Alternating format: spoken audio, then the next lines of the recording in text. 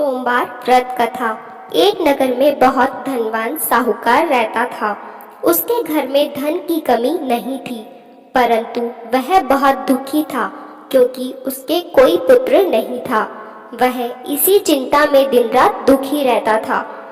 पुत्र की कामना के लिए वह प्रत्येक सोमवार शिवजी का व्रत और पूजन किया करता था तथा सायकाल मंदिर जाकर शिवजी के सामने दीपक जलाया करता था।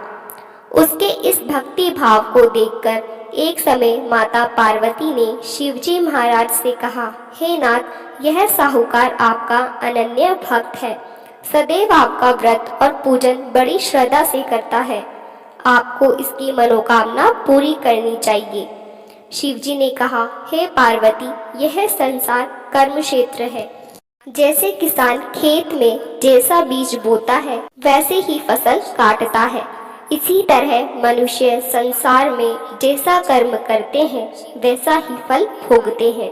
माता पार्वती ने अत्यंत आग्रह से कहा, हे प्रभु, यह आपका अनन्य भक्त है और अगर इसको किसी प्रकार का दुख है तो उसे आपको अवश्य दूर करना चाहिए। आप तो सदैव अपने भक्तों पर दयालु होते हैं और उनके दुखों को दूर करते हैं। यदि आप ऐसा नहीं करेंगे तो मनुष्य आपका पूजन तथा व्रत क्यों करेंगे। माता पार्वती का ऐसा आग्रह देख शिवजी कहने लगे, हे पार्वती, इसके कोई पुत्र नहीं है, इसी चिंता में यह अति दुखी रहता है। इसके भाग्य में पुत्र न होने पर भी मैं इसको पुत्र की प्राप्ति कर देता हूँ, परंतु वह पुत्र केवल 12 वर्ष तक जीवित रहेगा। इसके पश्चात वह मृत्यु को प्राप्त हो जाएगा। इससे अधिक मैं इसके लिए नहीं कर सकता। माता पार्वती और भगवान शिव का यह वार्तालाप साहूकार सुन रहा था। इससे साहूकार को न तो प्रसन्नता हुई और न ही दुख हुआ।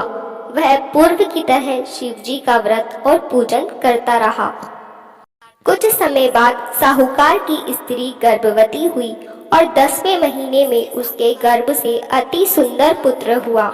साहूकार के घर में बहुत खुशी मनाई गई, परंतु साहूकार तो यह जानता था कि उसकी केवल 12 वर्ष की आयु है, इसलिए उसने अधिक प्रसन्नता प्रकट नहीं की और न ही किसी को यह भेद बताया।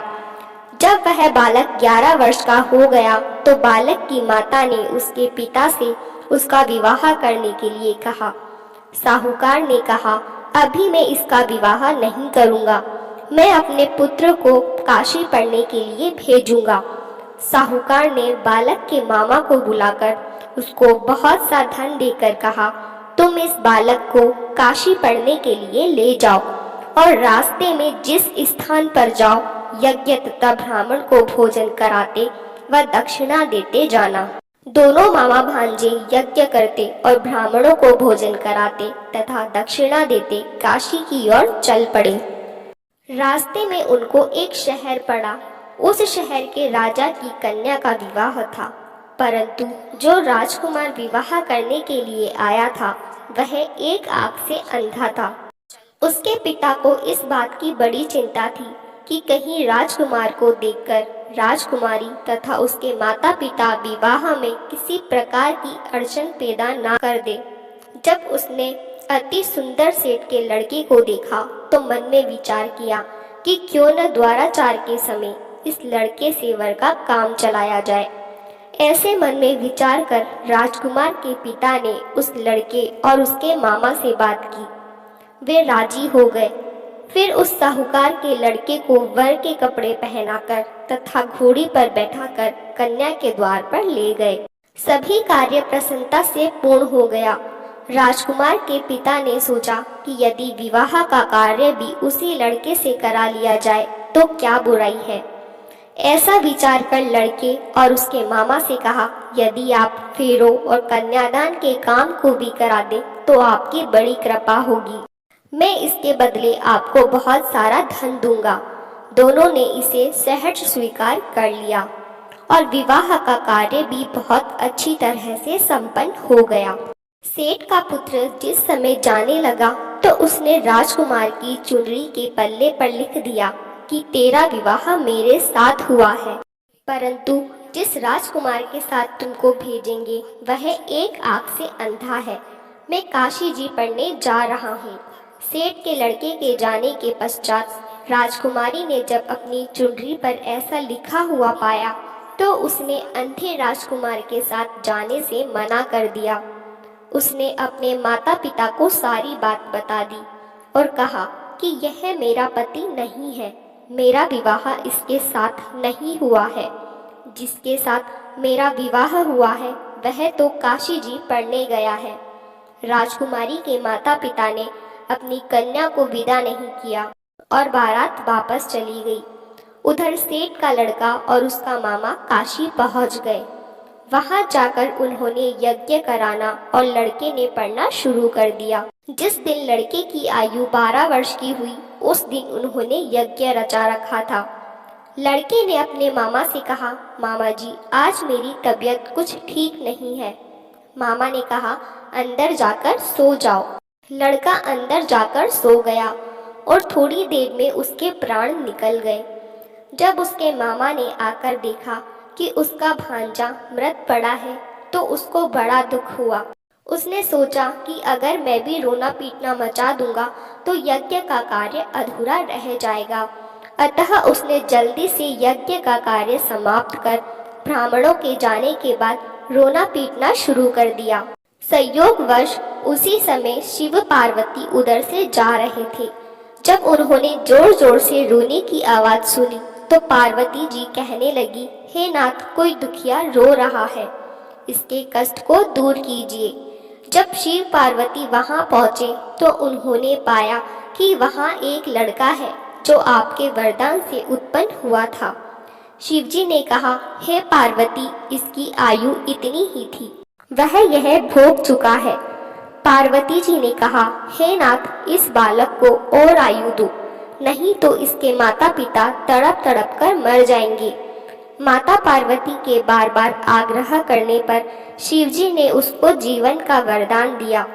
शिवजी की कृपा से वह लड़का जीवित हो गया। शिवजी और पार्वती कैलाश पर्वत को चले गए। शिक्षा पूर्ण होने पर वह लड़का और उसके मामा उसी प्रकार यज्ञ करते, ब्राह्मणों को भोजन कराते तथा दक्षिणा देते अपने घर की ओर चल पड़े। रास्ते में उसी शहर में आए जहां उस लड़के का वहां की राजकुमारी से विवाह हुआ था। वहां जाकर उन्होंने यज्ञ प्रारंभ कर दिया। उस लड़के के ससुर वहां के राजा ने उसको पहचान लिया और महल में ले जाकर उसकी बहुत आवभगत की। बहुत से दास दासियों सहित आदर पूर्वक अपनी राजकुमारी और जमाई को विदा किया। वहां से विदा होकर सेठ का लड़का अपने मामा व अपनी पत्नी सहित उसी तरह यज्ञ कराते हुए, ब्राह्मणों को भोज कराते हुए, दक्षिणा देते हुए अपने घर की ओर गए। घर जाकर लड़के ने अपने माता पिता को सारी बात बताई। इससे वे बहुत प्रसन्न हुए। शिव पार्वती जैसे आपने सेठ व उसके परिवार को दिया है वैसा सभी को देना। सोमवार व्रत कथा कहने सुनने और हुकारा देने वाले सबको देना। जल अर्पण का महत्व। सनातन धर्म में शिवलिंग पर जल अर्पण करने का विशेष महत्व माना गया है। जब समुद्र मंथन से कालकूट विष निकला तो उसकी ऊर्जा से देवता और राक्षस जलने लगे और चारों तरफ अहंकार मच गया। तब भगवान शिव ने विष को अपने कंठ में उतार लिया था। अत्यधिक ऊर्जा के विष का पान करने से शिवजी का कंठ नीला पड़ गया। तब से भगवान शिव को नीलकंठ भी कहा जाता है। विष की उष्णता को शांत करने के लिए समस्त देवी देवताओं ने भगवान शिव पर जल अर्पण किया। तभी से जल अर्पण की परंपरा है। इसी परंपरा के अनुरूप लोग बड़े ही कृतज्ञ और प्रेम भाव से शिवजी पर जल अर्पण करते हैं।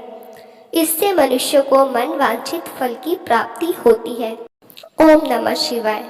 धन्यवाद।